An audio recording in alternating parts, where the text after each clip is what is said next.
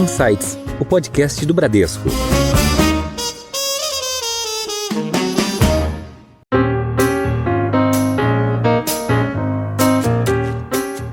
Eu acho que você colocou um termo que eu uso bastante, que é a tempestade perfeita. Eu acho que assim, foram mudanças de imposto de renda local, que mexeu muito com as estruturas, que fez o dinheiro circular demais, né, trocar de mão, mudança regulatória, não só o nível de juros, é claro que o nível de juros, mas a volatilidade de juros, né?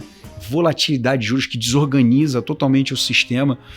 Então eu olho assim para frente e eu tenho uma visão mais otimista. Muito embora quando a gente olha agora e acompanha os dados da indústria, a gente vê uma certa já acomodação desse nível de resgates, né? Na margem a gente já vê a indústria com performance melhor nas janelas mais curtas, né? Então quando você olha os últimos 12 meses, os últimos 6 meses, no ano a gente já vê geração de alfa, né? O que consegue respirar. Tirando a cabeça para fora da água. Olá, tudo bem? Você ouviu agora alguns dos nossos destaques de hoje, mas tem muito mais. Eu sou a Juliana Maeda e este é o Insights, o seu podcast semanal com ideias que provocam um novo jeito de pensar. Após um ano com muitas mudanças para a indústria de fundos no Brasil, com mudanças regulatórias, retornos desafiadores e muitas gestoras deixando de existir, temos aqui uma história de longevidade para dividir com a gente. E qual é o futuro para a indústria de fundos no Brasil? Quais são os desafios e, claro, as oportunidades? Para falar sobre isso no Insights de hoje, vamos conversar com Bruno Marangoni, CEO e membro do Conselho de Administração da SPX. Bruno, seja bem-vindo ao Insights. Obrigado, Juliana. Obrigado, Pettini. Obrigado ao Bradesco aqui pela oportunidade. É um prazer. E também está conosco o Daniel Pettini, gerente de carteiras da Bradesco Asset, meu colega. Pettini, seja bem-vindo ao nosso primeiro Insights juntos. É verdade, Ju. Obrigado pelo convite, obrigado pela tua participação também, Bruno. Bruno, eu queria começar falando sobre a SPX, claro, o nosso assunto central hoje. Vocês estão no mercado há mais de 14 anos, tem 57 bilhões de reais, uma das maiores gestoras independentes aqui no mercado, e vocês oferecem hoje várias estratégias no portfólio de vocês, né? Não só multimercados.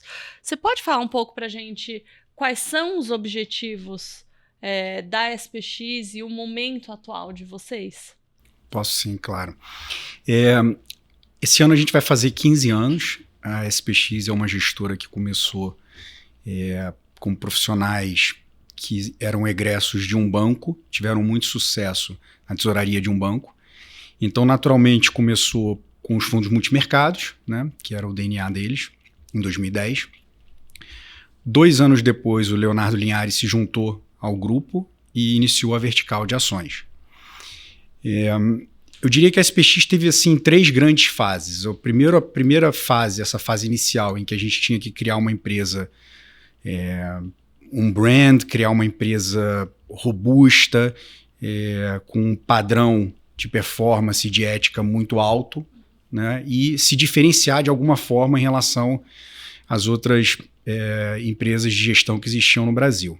A partir de 2016, eu destacaria uma segunda fase, que foi a fase de expansão internacional. Foi quando a gente decidiu abrir o nosso primeiro escritório lá fora, o escritório de Londres.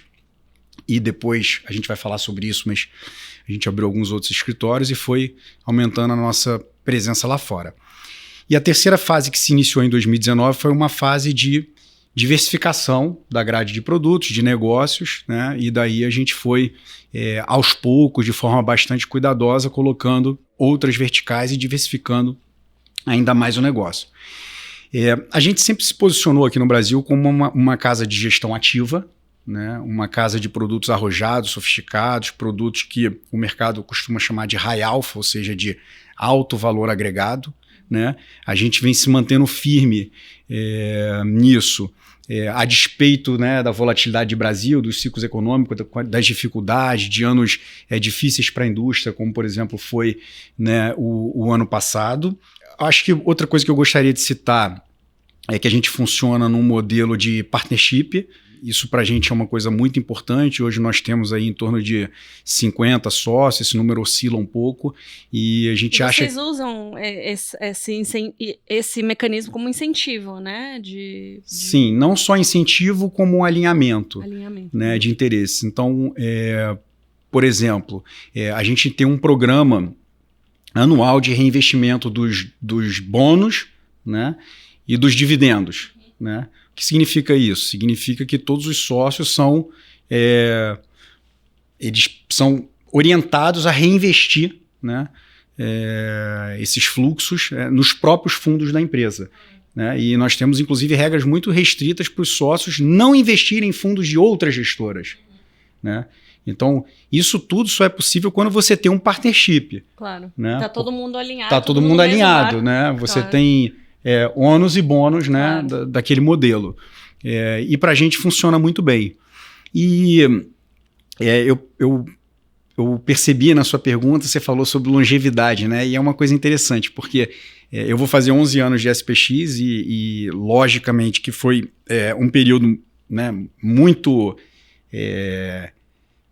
rápido para mim, né, no sentido de que as coisas acontecem muito rápido, a vida é muito dinâmica, intensa e tal. Mas se você comparar com as gestoras lá de fora, 15 anos é muito pouco tempo. Né? Então a verdade é que o tempo vai tornando uma gestora cada vez melhor. Então aqui é um jogo de consistência, longevidade, né? Atravessar os ciclos, porque você sabe que você vai ser cada dia melhor. É uma indústria muito nova ainda, né, Bruno? E até falando um pouco dessa indústria e um pouco do que você falou sobre a evolução da SPX ao longo do tempo, né, eu queria explorar um pouco mais essa abertura, essa diversificação de estratégias de vocês ao longo do tempo, né? Como a Ju comentou, muita gente conhece vocês pelo multimercado, também pelos fundos de ações, mas vocês ao longo do tempo foram expandindo essas verticais de atuação e hoje vocês são efetivamente uma casa multiestratégia, né? Então eu queria entender de vocês, assim, como é que foi essa decisão de ampliar essa atuação, né? Como que foi tomada essa decisão, em que classes e como que vocês estão posicionados hoje, né? Legal, ótima pergunta. Acho que você colocou bem, né? A gente começou com multimercado, depois ações, né? Em 2019, a gente iniciou uma vertical de crédito, crédito líquido, por enquanto, e em 21, uma vertical de real estate, imobiliário, e depois private equity. Essa provocação, né? Essa demanda por essa diversificação, ela partiu dos próprios investidores, né? Com o passar do tempo, os investidores eles foram confiando cada vez mais nos nossos processos, acho que principalmente na capacidade de atração de profissionais, retenção de profissionais, né? Por tudo aquilo que a gente foi desenvolvendo ao longo do tempo, e eles foram sentindo confiança de que a gente pudesse desenvolver outros negócios, né? Então essa provocação veio dos próprios investidores. A gente sabe que esse business é muito cíclico, né? E o Brasil, especialmente, é um país muito cíclico. Então, quando acho que todo negócio no Brasil, de alguma forma, tem que tentar se diversificar. Né? Então, quando você cria outros negócios, eventualmente, quando você está num ciclo ruim, né? Ou é o juro alto, ou é o juro baixo, ou a incerteza política, o que é que seja, eventualmente um negócio está indo mal, traduzindo aqui para o nosso ouvinte, está tendo resgate, está tendo uma performance ruim, está tendo uma queda de receita, o que é que seja, eventualmente um outro negócio está indo bem e está compensando. Né? E você se torna uma empresa mais equilibrada, você se torna uma empresa mais longeva, né? Você se torna uma empresa mais resiliente, mais sustentável. A gente está vendo agora, acho que até a Juliana comentou isso logo no início, muitas gestoras, né, encerrando, fechando portas e tal. Sendo compradas, né? E a gente entende que essa diversificação ela tem esse propósito, né? Os próprios investidores, quando eles percebem isso, né, começam a perceber os benefícios disso para eles, que são sinergias entre essas áreas, né, logicamente cheio de Chinese Wall, regra de compliance, etc., mas tem muita sinergia de conhecimento, né, e quando eles começam a perceber essa sustentabilidade maior da companhia, percebem que ela vai aguentar, né, os trancos, como a gente diz, eles também ficam mais confortáveis. E aí eles começam a confiar mais naquela empresa, né? Com o passar do tempo, eu não sei se a gente já está nesse ponto hoje, mas os investidores começam a enxergar a gente como uma asset estrangeira, ou como uma asset de um grande banco, ou seja, que é uma asset que não vai mais sumir, né? E eles começam a confiar ainda mais na gente. A gente fez esse processo com muito cuidado, né, trazendo gente muito sênior. Eu acho que uma coisa que é importante que seja dita é que, para que isso dê certo, você tem que realmente pensar muito bem no modelo de alinhamento, no modelo de incentivo. Então, hoje, para cada vertical, a gente tem um grupo muito experiente de sócios, de executivos que são especialistas e são 100% dedicados àquela vertical. E, além disso, a gente tem um grupo de executivos que toca a empresa como um todo, né? E garante que os negócios estejam funcionando e garante o monitoramento dessas verticais e garante que as coisas estão funcionando da melhor forma possível. E é uma tremenda responsabilidade, né, Bruno? Porque quando você lança uma nova vertical, uma nova estratégia com o carimbo da SPX, o teu investidor já vai esperar alguma coisa com o mesmo nível de qualidade do que você já lançou, né? Sim. Assim, no nosso caso, como a gente tem essa coisa cultural de investir muito forte nos nossos próprios produtos, né? É o que se chama de seed money, né? Normalmente a gente faz a cota 1 de todos os produtos, os próprios sócios, a própria empresa. Uhum. Então a gente pensa muito num produto antes de lançar, né? Porque a primeira pessoa que vai, né, me cobrar ou cobrar o nosso diretor de produtos é o próprio sócio, né? Que é o que fez a cota 1 e tal. Então, a gente amadurece muito isso antes de lançar, a gente pensa muito no produto que a gente quer investir, né? Até a gente ter bastante conforto. E, Bruno, falando sobre diversificação ainda, vocês foram pioneiros entre as gestoras independentes a não só expandir os horizontes de vocês com escritório no exterior, mas também fazer os investimentos, né? Apesar de com fundos e estruturas aqui no Brasil, mas realmente já tendo essa exposição internacional nas carteiras de vocês. Como é que isso mitigou os riscos e tornou, eu acho que, o passivo um pouco mais resiliente? Esses executivos que fundaram a empresa, eles sempre tiveram um DNA de olhar muito para o mercado lá fora e investir muito lá fora, né? No final, a cabeça sempre foi que o Brasil é muito cíclico, como eu comentei, e a gente não podia ficar preso a, digamos, investir e ganhar dinheiro só no Brasil, né? Então, para a gente foi um processo natural, em algum momento, botar o pé lá fora, né? E fazer essa expansão internacional. Então, isso começou em 2016, quando um grupo de sócios se mudou para Londres, né, e abriu o nosso primeiro escritório. E depois a gente abriu o escritório nos Estados Unidos, primeiro Washington, depois a gente mudou para Nova York, Singapura, Portugal e por aí vai. Com pessoas, profissionais de investimentos locais, né? Começou com a estratégia de multimercado, profissionais de investimento brasileiro foram para lá, começamos a contratar. Localmente. E assim foi. Né? E hoje a gente tem muitos funcionários lá fora, né? Pessoas locais, né? De todas as geografias, né? A gente acredita muito no valor do profissional local, né?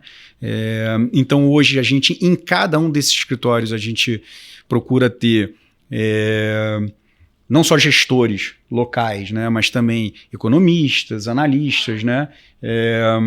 Para tanto gerarem retorno lá fora, quanto nos trazerem conforto para tomar risco nesses lugares, né? Uma outra vantagem dessa expansão é ficar mais próximo dos investidores lá fora, né? Hoje, você citou aí a questão da resiliência do passivo. Eu acho isso explica parte aí da nossa resiliência nesse momento difícil aqui da indústria local. 1/3 do nosso passivo hoje já é de investidores estrangeiros. Tá? E esses investidores estrangeiros, eles se sentem confortáveis de investir com a gente porque a gente está lá fora, porque a gente tem presença, porque eles, né, nos conhecem fisicamente, né? É lógico que esse processo foi um processo ainda é, né, um processo difícil, custoso, né? A gente é uma empresa grande, a gente tem que sempre lidar com as dificuldades de comunicação dos diversos escritórios, né? Mas a gente tem uma tradição de enviar sócios para esses escritórios para levar a nossa cultura, né? E eu acho que a coisa, de novo, leva tempo, mas está funcionando. Uma outra vantagem desses escritórios é que a gente foi se tornando uma empresa com processos cada vez mais robustos, né? Cada vez mais competitiva do ponto de vista global. Por quê? Porque em cada lugar desse que a gente chegava, a gente tinha que aprender como é que o mercado funcionava e a gente tinha que entender como é que o regulador local queria que a gente funcionasse. Então, hoje a gente é regulado pelo FCA de Londres, de UK, pela SEC dos Estados Unidos, pelo MAS em Singapura. Então, a gente foi, de alguma forma, construindo processos, né, e construindo governanças internas que foram, digamos assim, melhorando ao longo do tempo. Obrigada, Bruno. E você falou um pouco sobre a governança e como vocês ficaram mais robustos, né?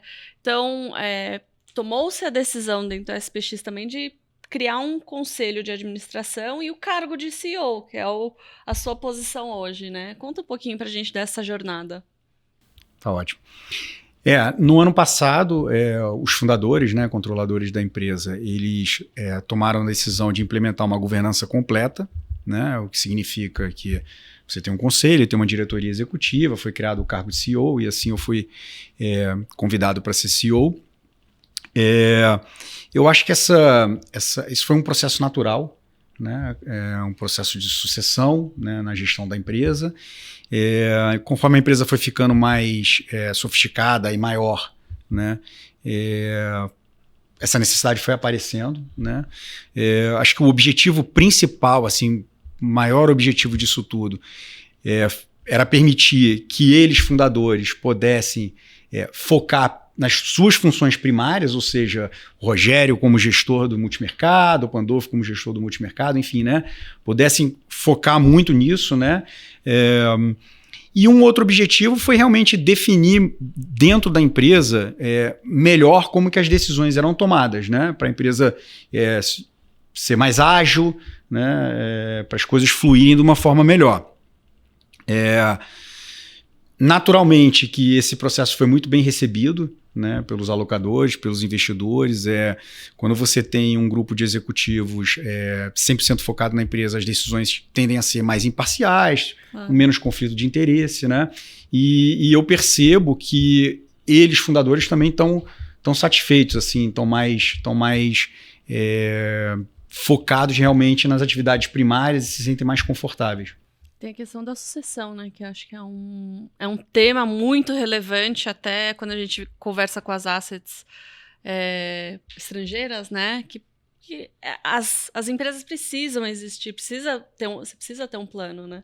E o fundador de uma gestora, no fim das contas, ele precisa fazer 2 sucessões, né? Ele precisa, de alguma forma, treinar e selecionar pessoas que vão fazer gestão tão bem quanto ele, ou junto com ele, enfim, vão ocupar espaço.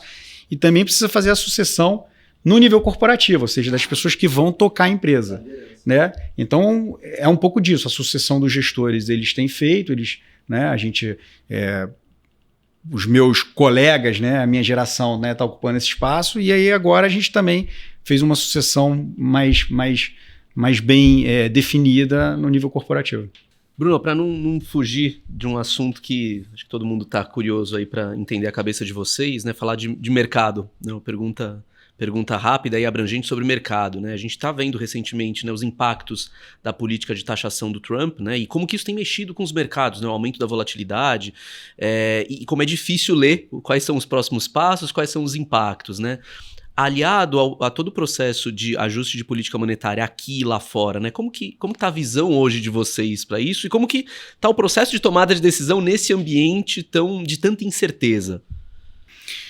Legal, Pitinho. Sim, eu acho que a gente está num momento realmente bem confuso. Essa política do Trump, ela não é uma grande novidade, né? Mas a forma como ele vem executando ela tem sim surpreendido todo mundo, né? de uma forma muito ideológica, enfim, de uma forma um pouco agressiva, né? A forma como ele entrou no poder e demorou um pouco também, né, a começar a tomar essas atitudes também confundiu bastante o mercado, né? Eu acho, assim, tentando... eu não sou gestor, né? Eu sou um executivo, mas a forma como eu tento olhar o cenário hoje, ela é um pouco mais médio-prazista, né? Porque eu não estou ali no dia a dia, ali, no calor das decisões, ali na mesa de operações. O que eu enxergo, assim, de certa forma, é que uma parte do estrago já está feita. Assim, eu acho que tem uma parte do que o Trump tá fazendo que não tem mais como voltar atrás, é claro. O que ele vai fazer nos próximos 2, 3 meses, essas negociações, enfim, sentar na mesa com cada um desses países, vai ser super importante, né, para definir essa intensidade. Mas tem uma parte do estrago que essa desconfiança, né, com as instituições americanas, essa desconfiança com a real vontade dos Estados Unidos de ter parcerias internacionais, né, de ser realmente um país que está aberto, né, às parcerias em todos os aspectos. Eu acho que ela, de alguma forma, já deu uma estremecida. Nos últimos 10 anos, os Estados Unidos, ele foi um aspirador de dinheiro, né? Você colocava o dinheiro lá, o país ia bem, era um país que incrivelmente crescia 2 com 2,5%, sem volatilidade, né? Então os ativos subiam e o dólar subia. Então era uma dinâmica muito positiva, né? Então, de alguma forma, tentando aqui ver o copo meio cheio e não meio vazio, eu acho que esse negócio pode até ser um pouco bom para o Brasil, porque se um pedacinho desse dinheiro que foi para lá nos últimos 10, 15 anos voltar a circular pelo mundo e vier para o Brasil, quem sabe a gente não consegue aí estabilizar um pouco a taxa de câmbio, né, que está se depreciando aí há quase 10 anos, né? E a gente consegue aí tirar um pouco dessa pressão na inflação e a gente consegue, de repente, né, trazer esse juro para níveis mais civilizados, né? Lógico, o Brasil tem seus próprios desafios. Eu acho que aqui, né, se eu começar a falar de Brasil aqui, vai parecer um papagaio repetindo aquilo que todo mundo já sabe. Desequilíbrio fiscal, enfim, um juro completamente inviável, né, para os negócios e tal, mas estou tentando enxergar aí, de repente, alguma coisa positiva aí dessa estabilização do câmbio, de repente aí uma janela em que o dólar deixa de ganhar valor, quem sabe aí se a parte política der uma ajudinha, a gente não consegue ter aí 2 anos, né, melhores aí do que foram os últimos 2, 3 anos. Agora, a gente já falou bastante sobre as mudanças regulatórias na indústria de fundos, sobre as mudanças na indústria de fundos. Minha pergunta vai para vocês dois, porque do nosso lado o Pettini também conversa com muitos gestores e, obviamente, o Bruno também toca uma gestora muito grande aqui no Brasil. Então, eu queria ouvir de vocês dois, porque a gente passou por muitas mudanças significativas na indústria de fundos no Brasil, mudanças regulatórias, tributárias, e um período muito grande, como você já comentou, Bruno, de retornos aquém do esperado para os investidores. O que é o futuro? É meio filosófica a minha pergunta. O que é o futuro do mercado de gestão de recursos no Brasil? E o que vocês acham que faz uma gestora preparada para navegar esse novo cenário que já foi muito desafiador e já passaram, acho que, pelos momentos mais difíceis? Pet, posso começar com você? Claro. É como você falou, né, Ju? Eu acho que a gente teve um período em que juntaram vários movimentos ao mesmo tempo, que foi a tempestade perfeita para a indústria de fundos, né? Então você comentou, a gente teve mudança tributária, regulatória. Teve o período mais longo de underperformance da indústria de gestão ativa no Brasil, né? Então, claro, você sempre tem outliers para cima ou para baixo, mas na média foi um período muito difícil para a geração de alfa. Junto com tudo isso, um período com taxa de juros muito altas, né? Então, essa combinação drenou recursos dos fundos de gestão ativa, né? E aí notadamente multimercados, renda variável, e você acabou tendo uma migração, né? Uma mudança no mix de alocação do investidor muito grande, né? Esse investidor acabou alocando seus recursos preponderantemente em renda fixa e incentivados e tirando recursos das classes de risco, né? Então hoje o mix dele está completamente desbalanceado, né? Quando a gente olha para isso, a gente vê um fenômeno que a gente já comentou um pouco antes no call, muitas gestoras deixaram de existir, se juntaram a outras, se fundiram, e a gente vê um processo ainda em acontecimento, né? Acho que não acabou ainda, né? Muito embora quando a gente olha agora e acompanha os dados da indústria, a gente vê uma certa já acomodação desse nível de resgates, né? Na margem, a gente já vê a indústria com performance melhor nas janelas mais curtas, né? Então quando você olha os últimos 12 meses, os últimos 6 meses, no ano a gente já vê geração de alfa, né? O que consegue respirar. Tirando a cabeça para fora da água, né? Então assim, parece que a gente já saiu do pior momento, né? Mas o que a gente olha agora, né? A gente olha, né, uma indústria muito machucada.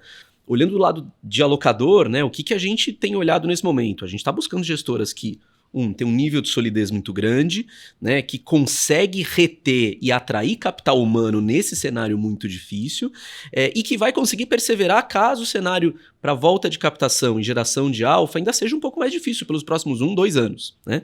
Então a gente está tentando buscar isso. Quem são os sobreviventes, né? Quem são aqueles que vão conseguir atravessar esse mar tão turbulento que a gente tem passado, né? E é importante citar também que no lado de alocação mudou também muito o tipo de serviço que a gente presta, né? A gente saiu de uma indústria que era basicamente uma indústria de oferecer produtos para uma indústria que agora a gente está oferecendo muito mais soluções, né? A nossa área, por exemplo, é uma área que essencialmente oferecia fundos, uma área de fund of funds. Nossa área hoje é uma área de soluções de investimentos, né? Então a gente adiciona fundos, é um dos ativos que eu tenho lá dentro. Sim. Mas a gente tem ativos, né? A gente olha renda fixa, a gente olha até os próprios isentos, a gente olha renda variável, derivativos. Então hoje a solução tem que ser mais completa, né? Porque o investidor hoje nos demanda essa solução mais completa. Então também foi uma transformação muito grande também do lado de alocação, Ju. Acho que o Bruno pode complementar um pouco com a visão dele do lado de gestora, né? Como perseverar nesse cenário tão difícil, né, Bruno? Sim. Eu complementaria concordando com o que você colocou, assim, a gente vê agora nesse momento um momento difícil, né, para a indústria local, a gente vê muitas gestoras fechando, as gestoras tendo dificuldade de reter pessoas, né, e a gente vê algumas dos tijolinhos aí que a gente foi colocando ao longo do tempo, como, por exemplo, a diversificação geográfica, né, e diversificação do passivo, né, a diversificação de verticais, trazendo um pouco mais de equilíbrio ali de receita e tal, a gente se vê posicionado de uma forma muito positiva agora, né? Para dar um alívio, né? Para reter talentos, para atrair talentos. Então, na verdade, enquanto que no ano passado muitas gestoras perderam gestores, ano passado a gente contratou gestores, né?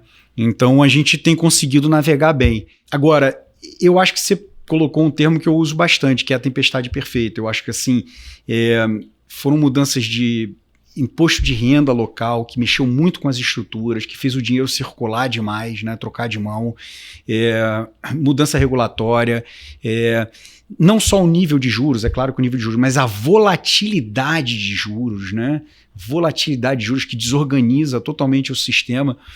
Então eu olho assim para frente e eu tenho uma visão mais otimista. Assim, por exemplo, esse processo que a gente veio nos últimos 10 anos, que a gente chama em inglês de financial deepening, né, que é o aprofundamento financeiro, que é maior sofisticação da indústria financeira, maior diversificação de produtos, maior arrojo do investidor, produtos mais arrojados chegando no investidor de varejo. Eu acho que esse processo ele veio para ficar.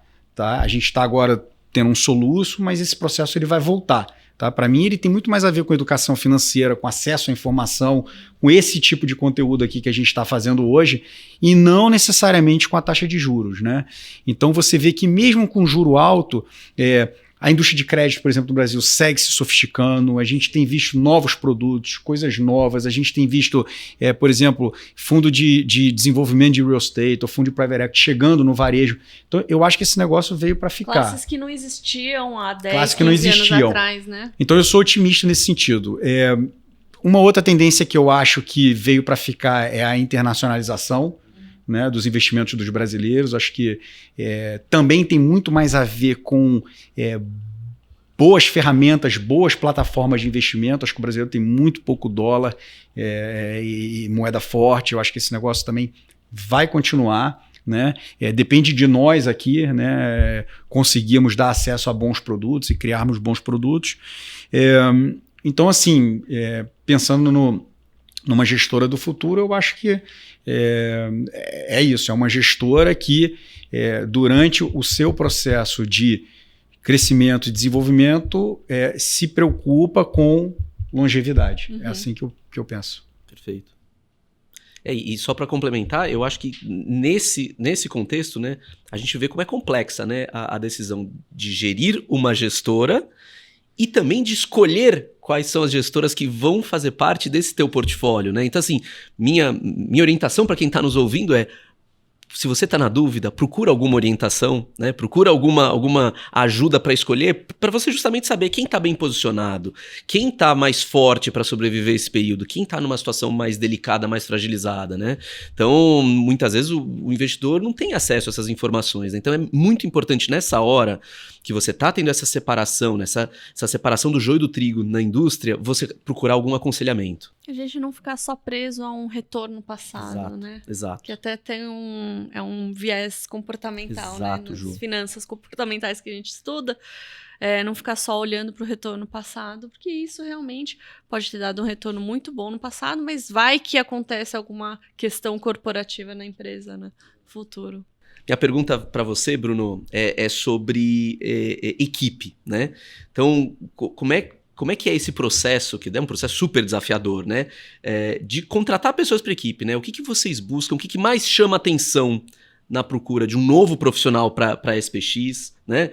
Tem um vídeo que até no site de vocês fala sobre fazer esporte, ser competitivo, né? Que isso é uma característica que vocês buscam nas pessoas, né? Então, me conta um pouco como é esse processo de buscar, qual que é talvez a principal característica que vocês tentam achar num candidato e, tão importante quanto isso, como é que é o processo de reter essas pessoas? Sim. Buscar, gerenciar e reter, né? Exato. Sim, eu acho... a gente tem um ambiente realmente muito meritocrático, né, de alta performance, né, um ambiente muito competitivo, né? Esse é o nosso DNA, né? Então, de fato, a gente gosta de fazer esse link, né, com o esporte, né? A gente gosta de pessoas que têm alguma história de competição na infância, na adolescência, enfim, porque a gente entende que essas pessoas, elas têm alguma tendência a serem mais resilientes, trabalharem melhor sob pressão, disciplinados, né? E a gente sabe que o mercado precisa muito disso. Você também, né? Já fiquei sabendo que você luta judô há bastante tempo. Sou judoca desde os 6 anos de idade e faço judô até hoje, competi bastante, então, sim. Mas assim, vocês me perguntaram sobre características, né? Lógico, assim, poderia citar muitas características aqui, né, que a gente procura nas pessoas, mas eu acho que, assim, quando eu penso, assim, na forma dos fundadores de pensar e na minha forma de pensar, eu diria que a gente busca, assim, 3 principais coisas. Assim, a primeira é ética, a segunda é essa competitividade / resiliência, e a terceira é pessoas com cabeça de dono, né? A competitividade ela é muito importante, né? Mas ela tem que ter um limite, e o limite dela é a ética, né? Então, a gente fica ali no dia a dia, e isso é um trabalho importante meu, fazendo essa gestão das pessoas, né? Tentando chegar num ponto ótimo, que você estimula todo mundo a performar muito bem, a trabalhar muito, a se dedicar muito, né? Mas um ambiente interno colaborativo, né? E a competição da porta para fora, vamos colocar assim, né? Sem nunca tirar o pé da ética.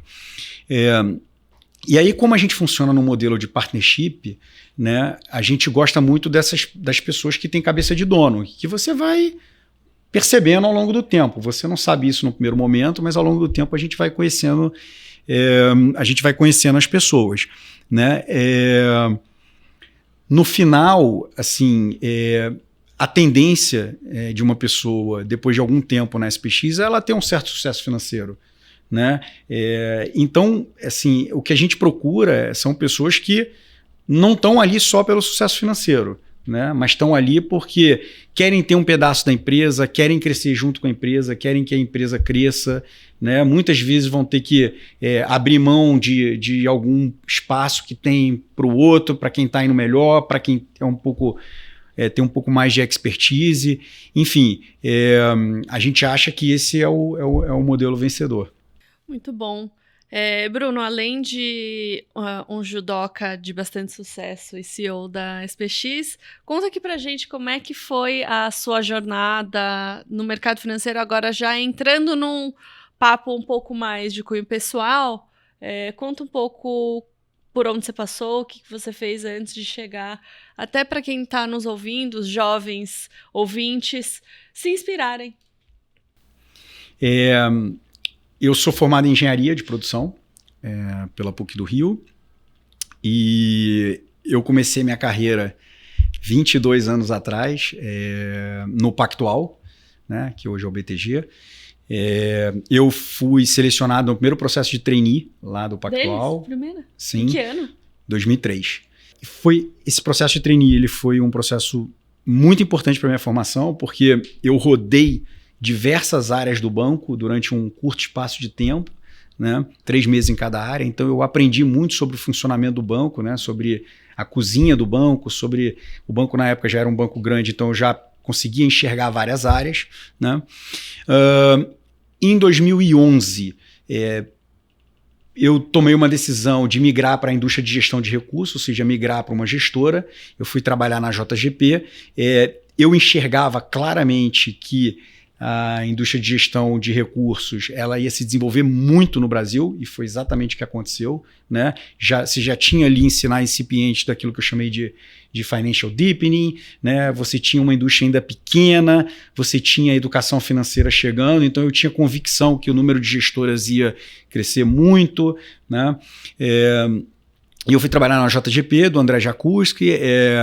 Foi uma passagem muito importante para mim, foi de muito crescimento também. Em 2014, eu fui para a SPX, eu entrei como sócio, gestor. Eu esqueci de comentar, mas no Pactual eu já tinha ficado 4 anos na tesouraria, fazendo câmbio. Então eu era um gestor de câmbio, moedas. Na SPX eu assim entrei. Final de 2017, eu tive uma primeira experiência menos, digamos... barriga na mesa, um pouco mais executiva, fui montar, né, uma área de previdência.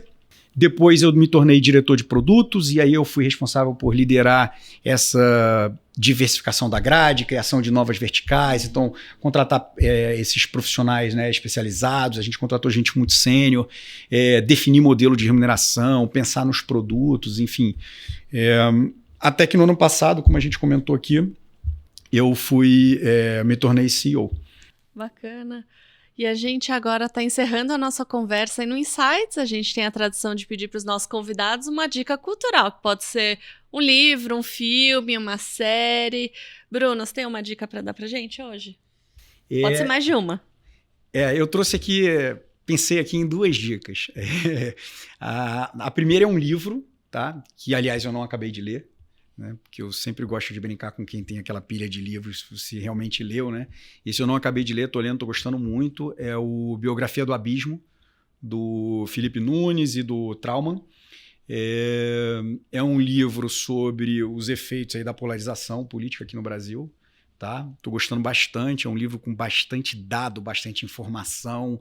É um livro bem dinâmico, né? Falando um pouco aí dessa piora aí da discussão de políticas públicas, né? Enfim, a gente está chegando a uma eleição, eu sou uma das pessoas aí que está torcendo para a gente achar um outro caminho, né? E a outra dica que eu trouxe aí, que conversa um pouco com essa coisa de competitividade, trabalhar sob pressão, é um filme documentário chamado Free Solo, que é sobre o melhor ou o maior escalador do mundo. Ele escala sem equipamento, sem corda. Existe isso? Existe isso. E é o documentário sobre a preparação dele para escalar o El Capitan, que é uma montanha de 1 quilômetro, sem corda, né? Logicamente que eu nunca faria isso, tenho 2 filhos, e por acaso tenho até medo de altura, sou medroso, mas eu acho que é um filme que mostra ali essa coisa de que na maior parte do tempo a gente é um pouco free solo, né? Tem que lidar ali com medo, com insegurança, muitas vezes tem que tomar decisão sozinho, né? E tem que lidar com essas angústias ali. Tomar riscos. Tomar riscos, exatamente. Pettini, qual é a sua dica pra gente hoje? Eu também pensei em 2 aqui, acho que uma mais relacionada à nossa conversa e uma completamente diferente. Acho que um livro recentemente que eu li, eu tenho indicado para muita gente, não tem muito a ver com a nossa conversa, mas que acho que conversa muito com o que a gente tem passado, né, na atualidade, principalmente para quem tem filhos, né, que é um livro chamado Geração Ansiosa, do Jonathan Haidt. O pessoal tem comentado sobre aquela série Adolescência agora. Esse livro, ele mergulha nesse tema, né? Então, o quão perigoso, né, é esse tema hoje, né, para as nossas crianças e adolescentes. Das redes sociais, celulares, telas, né? Exatamente. Então, eu recomendo para todo mundo que tem filho, acho que é leitura obrigatória, tá? Assim, tem disponível em audiolivro, tem disponível em livro, etc. Assim, eu tenho feito quase uma peregrinação para passar para as pessoas isso. E acho que uma outra dica mais relacionada aqui ao nosso mundo, que acho que todo mundo que se interessa pela indústria de fundos, se não assistiu, vale a pena assistir, mostra a ascensão e queda de praticamente um império, é a série do Bernie Madoff que tem no Netflix. E muitas vezes o pessoal pergunta, né, poxa, hoje em dia que tem reunião por Teams, por Zoom, etc., por que você precisa ir visitar a gestora, né? Assiste essa série que vocês vão entender por que a gente tem que visitar uma gestora, conhecer a gestora, entender a solidez dessa gestora, né, porque realmente mostra, né, um esquema ali de fraude, né, e como que muita gente foi enganada, né, durante esse período. Muita gente. Acho que vale super a pena ver para quem quer conhecer essa história icônica da indústria de fundos global. Bom, Pettini. Bom, e esse foi mais um episódio do Insights, o podcast do Bradesco, e eu tive o prazer de conversar com o CEO e membro do Conselho de Administração da SPX Capital, Bruno Marangoni. Bruno, muito obrigada pela sua presença e nosso bate-papo hoje. Obrigado a vocês, foi um grande prazer, muito divertido. E eu também agradeço a você, Daniel Pettini, gerente de carteiras da Bradesco Asset, meu colega que senta na minha frente. Muito obrigada, Pettini. Obrigado pelo convite, Ju. Obrigado pela tua participação, Bruno. Foi muito bom. Obrigado, Pettini. E muito bom, você que nos acompanha já sabe, o Insights está nas principais plataformas de áudio, vídeo e também no Instagram, no perfil podcast.insights. Siga a gente, ative o sininho para receber o aviso de novos programas e fique por dentro das gravações dos bastidores e muito mais. Até, tchau!